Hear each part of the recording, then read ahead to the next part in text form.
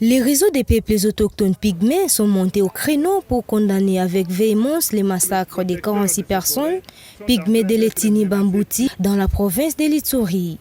Ils ont manifesté leur indignation face à ce qu'ils qualifient de pygmocides.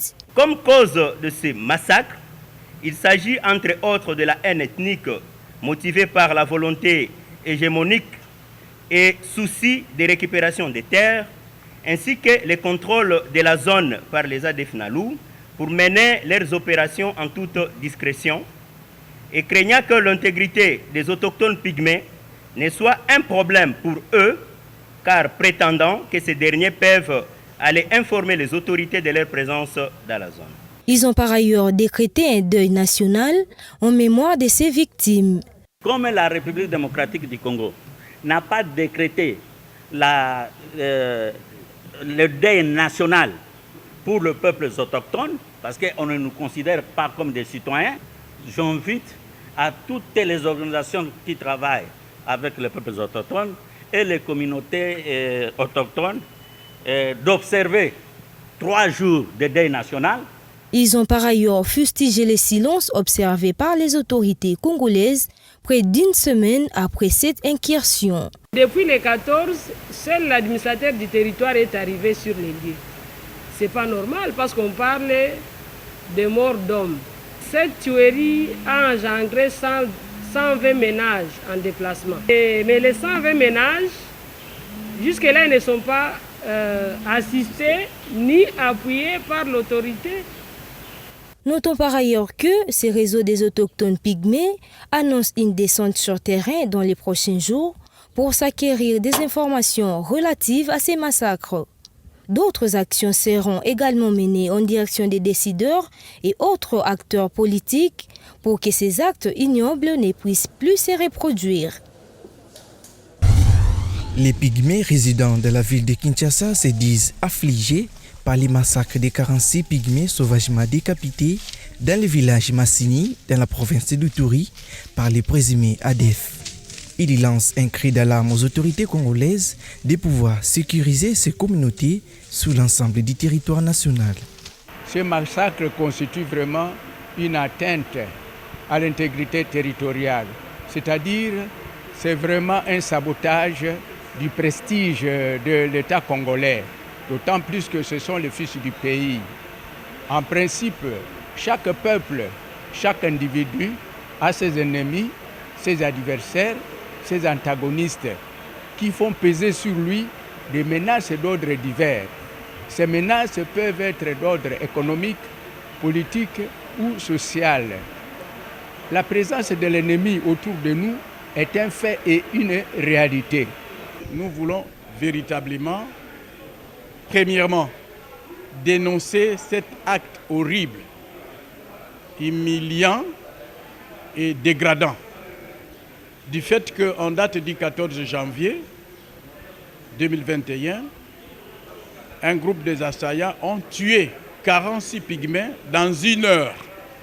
C'était une action ciblée, parce qu'on a tué que les pygmées. Et beaucoup de gens disent que si on tue les pygmées, on va nous accuser où? Si en l'on que, le 19 janvier 2019, un pygmée a été massacré dans son domicile, toujours dans la province de l'Ituri. Les massacres du 14 janvier 2021 viennent renforcer la thèse d'une épuration ethnique décriée par les représentants des peuples autochtones pygmées. Le coordonnateur de Kinshasa Bopeto affirme et précise la fermeture du marché central de la ville de Kinshasa annoncée par le gouverneur Jean-Tiningo Bilambaka. Qu'est-ce qu'il y a de mal à fermer quelque temps un marché qui date des années 60? Depuis ces années-là, ce marché n'a pas été fermé pour réhabilitation. Qu'est-ce qu'il y a de mal de le fermer un temps et qu'après l'on rentre dans un espace viable? Qu'y a-t-il de mal? Aujourd'hui, nous avons vu des jeunes gens marcher avec des calicots. Aucun vendeur n'était parmi eux. Donc on va payer nos jeunes, instrumentaliser nos jeunes pour qu'ils marchent contre leurs propres intérêts. Là, vous, Environ News, Et nous, hôtel de ville, nous disons non. Quant à la durée de la fermeture de ce marché, Germain Poundou déclare que cela ira au-delà d'un trimestre. Il y a le temps de fermeture, c'est important, mais il y a aussi quelles sont les dispositions que nous avons prises. Donc le marché pourrait être fermé au-delà d'un trimestre. Et nous avons au niveau de la ville, son excellence monsieur le gouverneur principalement, a pris des décisions que nous allons appliquer, notamment le recasage de tout ce qui étale dans ce marché. Donc, face aux objectifs et au mode d'emploi que seront effectués les travaux, le coordonnateur de Kinshasa Bopeto répond par ceci. Nous réhabilitons, donc nous rendons ce marché dans les normes. Maintenant que vous posez la question sur les immondices, même les engins de réhabilitation vont passer par où? Donc le premier travail, ça sera d'évacuer tous ces amoncellements d'immondices. Et qui vous souviennent, vous êtes environ news. Son excellence, monsieur le gouverneur, avec son gouvernement, il a pu faire quoi? Dégager Bokassa, non? Il fut un moment, vous entrez au niveau Sendwe, vous sortez à Sozakom, ici, j'ai Camille commercial, au boulevard. Et ça circulait très bien sur Bokassa. Parce que la volonté de son excellence, monsieur le gouverneur, c'était que le marché soit susceptible d'accueillir les étalagistes, les exposants, et que les routes servent pour ce à quoi elles sont là. Il tient de noter que le marché central sera fermé pour un temps afin d'assainir ce milieu et permettre une vie saine et agréable aux usagers. Nous sommes au grand marché central dénommé Zando. Ce matin, aucun vendeur n'est devant sa marchandise. Les magasins fermés et étalages vides ont reflété l'expression de désintéressement des vendeurs de l'un des plus grands marchés de la capitale. Si certains ont décidé de ne pas exercer leurs activités, d'autres sont allés plus loin jusqu'à organiser une marche. L'objectif est de faire entendre leur désintéressement au sujet de la délocalisation de cette place commerciale. Les là, babeti bagage makasi, ndé nazo ganga, babeti bagage na boulevard. Moyen to ko ba toke ndikuna, ba pekisi biso. Siko ba tusu ba leki ba kena bango, mais biso to population ebele, ba to sur Zando, to zeke sika moko. Toke ndikuna, babeti bagage, ba panzi, ba kangi ba mususu, des jours de ces makasi. Tant de jours ba, soko che image na Zando, komone ba batandité. Selon les commerçants de ces grands marchés de la capitale, la mesure de suspendre les activités économiques n'est pas la bienvenue puisqu'ils n'ont aucune assurance de pouvoir de regagner leur lieu de travail après ces travaux de réhabilitation.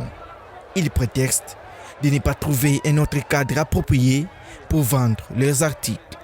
soki kobongisa akangi parti moko atiki mopanzi moko to fina na ta mike atie batoli mopanzi moko bandi kotonga totika 4 mois bientôt 5 mois ezalaki ni pusu ya bazelo ni mabanga tokuta matiti tolongola matiti.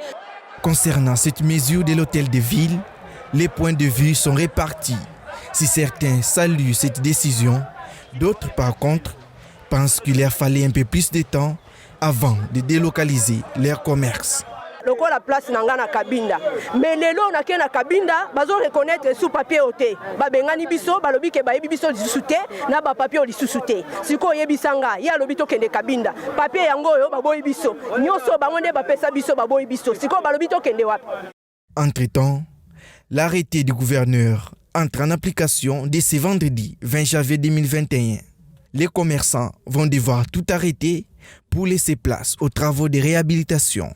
Face à cette décision, les vendeurs sont catégoriques. Ils ne veulent pas que leur lieu de travail soit fermé pour n'importe quelle raison. Dans la même optique de la fermeture de grands marchés pour l'assainissement, certains vendeurs réclament plutôt le retour de l'administrateur du marché. Car pour eux, le mot administration n'existait plus il y a un temps au grand marché. Installer nos bureaux dans Zando, parce que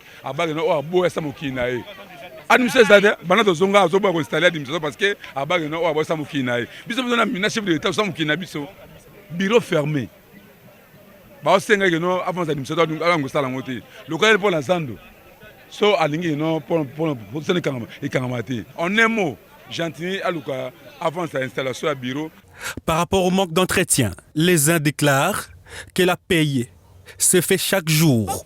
biso biro zandu batinda bakonzi bakota zandu wana zandu ekozonga propre ndenge ezalaki siko biro zandu bakangi zandu ezala propre ndenge ni zandu ezala propre ndenge ni lokwa biro ezala kokangama yango wana zandu eza salite bafungola biro zandu bakonza zandu to bakokota nde zandu ekoma propre.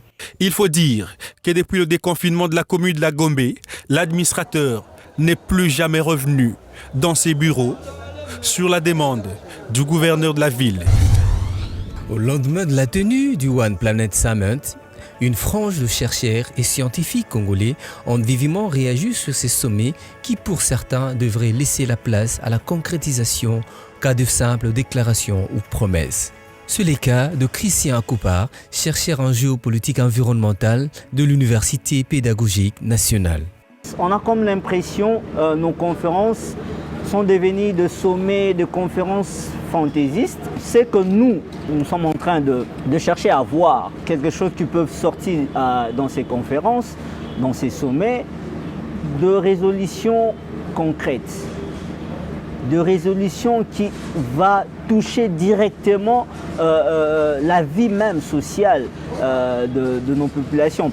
Occasion pour ces scientifiques de relever également les points forts de l'allocution du président de la République. Notre présence à ces sommets, ça a même donné le poids même à ces sommets, One Summit Planet.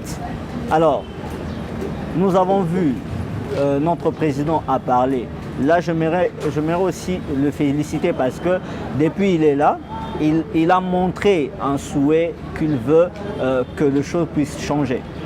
Par d'abord la mise en œuvre de cette agence de la transition écologique et du développement. Christian Coupard n'a pas manqué à émettre son point de vue et recommandations aux politiques.